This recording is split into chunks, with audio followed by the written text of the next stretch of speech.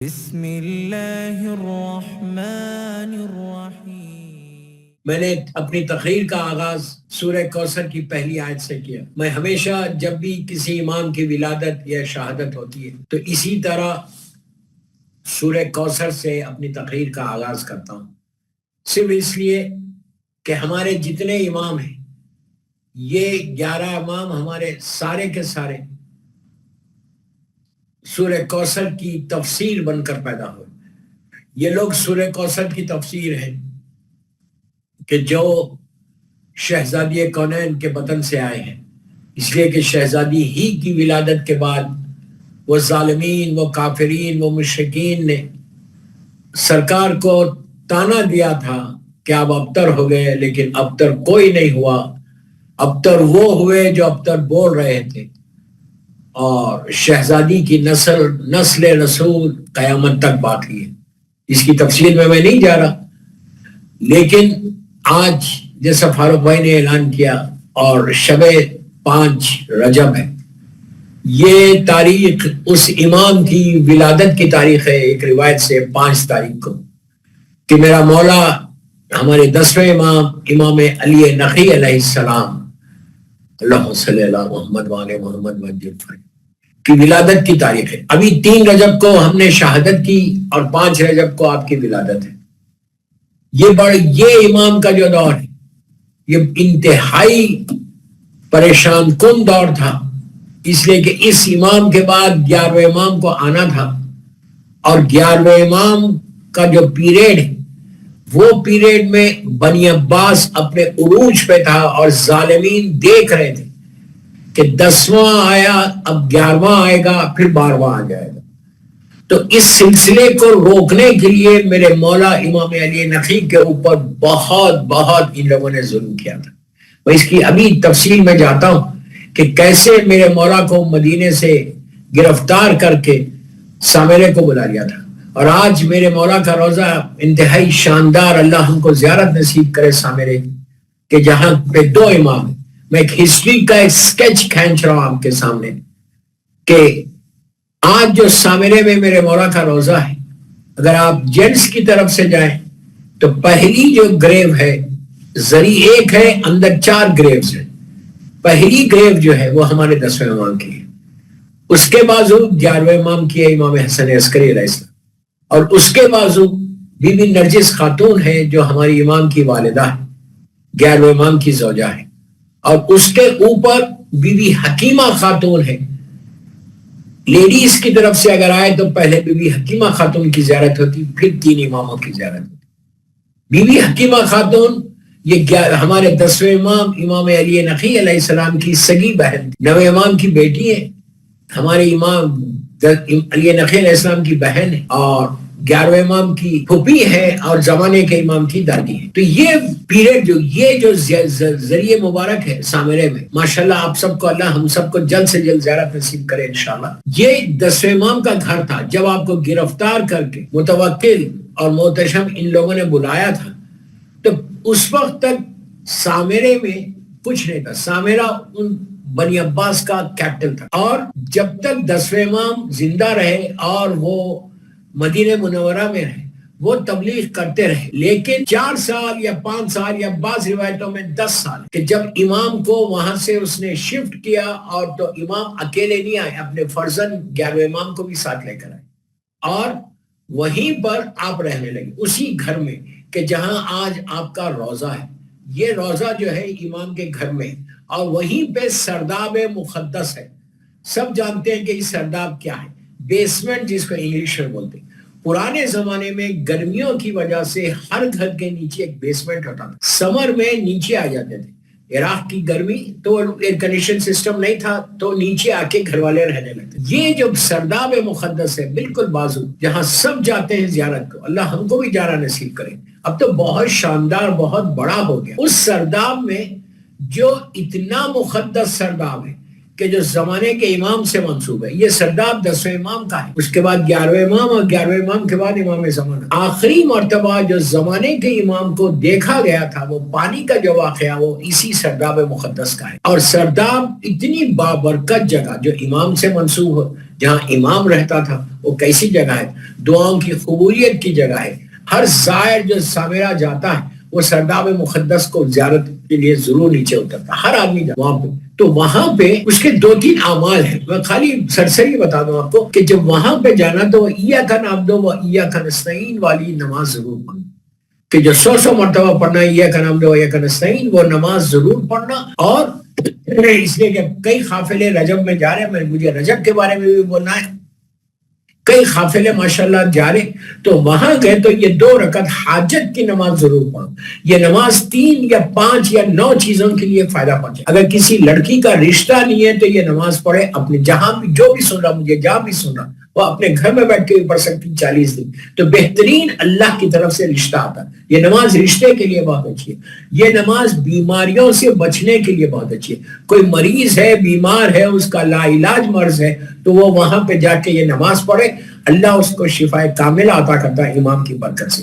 یا اپنے گھر میں پڑھا تو وہ پڑھ سکتا. تیسری چیز رزق کا، اگر کسی کو رزق کا پرابلم ہے کہ اس کا بزنس نہیں چل رہا، جاب کا پرابلم ہے، کہیں لے آف ہو گیا، تو اس کے لیے بھی یہ نماز بہترین، ویری ویری ریکمینڈڈ نماز. اور کئی چیزوں کے لیے یہ نماز بتائی گئی. امام سے ملاقات کرنے کے لیے بھی یہ چیز نماز بتائی گئی. اور یہی وہ نماز ہے جو آپ مسجد جمکران میں پڑھتے ہیں، خاص وہاں کے اعمال میں ہیں. جو مسجد جمکران، اللہ ہم کو بھی زیارت نصیب کرے قم کی اور مشہد مقدس کی، وہیں پہ مسجد جمکران میں جا کے، وہاں پہ تو لکھی بھی ہے نماز پوری، وہاں پہ جا کے یہ نماز پڑھتے ہیں مسجد جمکران میں. اور مسجد کوفہ میں جو مقام امام زمانہ ہے، یا مسجد سہلا میں جو مقام امام زمانہ ہے، وہاں پہ بھی آپ یہ نماز پڑھیں. ویری ویری ریکمینڈڈ نماز. یہ تو سرداب مقدس کی تھوڑی سی میں نے امپورٹنس آپ کو بتا دی کہ سرداب مقدس بہت بابرکت اور رحمت کی جگہ ہے. 10ویں ماہ. اس سے پہلے میں تھوڑا رجب کے بارے میں بھی بول دوں، اس لیے کہ رجب کا آغاز ہو گیا اور آج 4 تاریخ ہو گئے. رجب، شعبان اور رمضان، یہ 3 مہینے بابرکت مہینے. جب رجب کا چاند نظر آتا تھا تو سرکار مدینہ منورہ میں ایک منادی دلواتے تھے. ایک شخص پورے مدینے میں گھوم کے اعلان کرتا تھا کہ رجب آ گیا، رجب کا چاند آ گیا. تو سارے لوگ تیار ہو جاتے، پریپیئر ہو جاتے کہ رجب میں ہم کو کرنا کیا ہے. رجب میں یہ رجب کا مہینہ، ایکچولی رجب جو ہے ایک نہر ہے جنت کے اندر. جنت میں جیسے کوثر ہے، سرسبیل ہے، تسنیم ہے، کئی نہریں ہیں، اسی طرح جنت میں ایک نہر ہے جس کا نام رجب ہے. اور یہ دودھ سے زیادہ سفید ہے، شہد سے زیادہ میٹھی ہے. اتنی برکت کے اگر کوئی، میں اپنی زبان میں سمجھانے کے لیے اگر کوئی ایک سپ بھی لے لے وہ اس نہر کے پانی کا تو انسان جوان ہو جائے. یہ اتنی برکت والی نہر کہ اللہ نے مہینے کا نام جو رکھا وہ اس نہر کے اوپر رکھا. رجب اتنی برکت والا مہینہ. دوستو یہ شکر ادا کرو اللہ کا کل نماز پڑھ کے کہ تیرا شکر ہے کہ تو نے ہم کو رجب عطا کیا. اس لیے کہ رجب جس کو مل گیا وہ اپنے سارے گناہوں کو معاف کروا سکتا، سارے گناہوں کو معاف کروا سکتا. رجب کوئی معمولی مہینے کا نام نہیں ہے. بچوں کو بتاؤ، بچوں سے اعمال کراؤ. رجب اتنی امپورٹنٹ، اس میں کئی ولادتیں ہیں. سب سے بڑی ولادت، ہر امام کی ولادت بڑی ہے لیکن ابو الائمہ کی ولادت ہے، میرے مولا کی ولادت. تو کیسا بابرکت، سب جانتے ہیں کہ 13 رجب میرے مولا کی ولادت کا تاریخ ہے. تو رجب میں ولادتیں بھی ہیں، رجب میں شہادتیں بھی ہیں. رجب میں 10ویں امام کی شہادت بھی آپ نے کی، پھر 7ویں امام کی، موسیٰ بن جعفر کی. 25 رجب کو کریں گے جو بہت بڑی تاریخ ہے اور بڑا مظلوم ترین امام باب الحوائج جس کو بولتے ہیں کاظمین میں، اللہ ہم کو زیارت نصیب کرے انشاءاللہ. اور 2 امام موجود ہیں، 7ویں امام بھی ہے اور 9ویں امام امام محمد تقی جواد علیہ السلام بھی ہے جو امام علی نقی علیہ السلام کے والد تھے، وہ بھی 2 امام وہاں پر موجود ہیں. اور 7ویں امام کی شہادت ہے 25 رجب کو. اس کے بعد پھر آپ کو معراج ہے، پھر جناب ابو طالب کی شہادت ہے، پھر سفر امام حسین. تو اس مہینے میں مکمل خوشیاں بھی ہے، اس مہینے میں برکتیں بھی ہیں اور اس مہینے میں غم بھی ہے. اور غم بھی بہت بڑے بڑے غم ہیں. کربلا کا آغاز اسی مہینے سے ہوا تھا. 7ویں امام کی شہادت ہے، 10ویں امام کی شہادت ہے اور کئی شہادتیں آپ کو اس میں ملیں گی. تو رجب اتنا امپورٹنٹ مہینہ ہے. اس کی فضیلتوں میں ایک فضیلت یہ ہے کہ اگر کوئی شخص رجب کے مہینے میں جو معراج 27 رجب 26 رجب کی رات سحر کر کے 27 رجب کا روزہ کوئی رکھتا ہے، وہ ایک روزہ بعض روایتوں میں 60 ایئرز کے روزوں کے برابر ہے، بعض روایتوں میں 100 سال کے روزوں کے برابر ہے. میں وہ بات نہیں کر رہا, میں صرف آپ کو یہ سمجھانا چاہ رہا ہوں کہ ایک روزہ 60 ایئرس کے روزوں کا فائدہ پہنچائے گا. 26 رجب کا روزہ, تو کم از کم پورے رجب میں تم روزے نہیں رکھ سکتے, تو 26 رجب کی رات کا 27 رجب کا روزہ ضرور رکھ لو, اس لیے کہ 27 رجب کا روزہ تمہارے اکاؤنٹ میں 60 ایئرس کا فائدہ. کتنی بڑی بات ہے, روزہ کوئی معمولی عبادت نہیں ہے, روزہ بہت بڑی عبادت ہے. اگر تمہارے اکاؤنٹ میں اتنے سال کے روزے آ جائیں تو کتنی تمہاری گڈ ڈیڈز بڑھ جائیں گی, کتنا تم کو فائدہ ہوگا. اور روزہ رکھ کے اگر کوئی دعا کرے, پھر اسی رجب کی 13, 14 اور 15 کو عمل داؤد بھی ہے. یہ عمل بہت ریکمنڈیڈ عمل ہے, یہ آپ ہر مہینے کر سکتے ہیں, لیکن رجب کی مخصوصی ہے کہ اگر عمل داؤد تھوڑا سا بڑا عمل ہے, روزہ رکھ کے رکھنا ہے. اگر کوئی شخص روزہ نہیں رکھ سکتا, مثال کے طور پہ خدا نخواستہ, تو وہ عمل ضرور کر سکتا. آپ عمل کریں, میں میری ماں بہنوں سے بول رہا ہوں, وہ لوگ ضرور کرتے ہیں یہ عمل.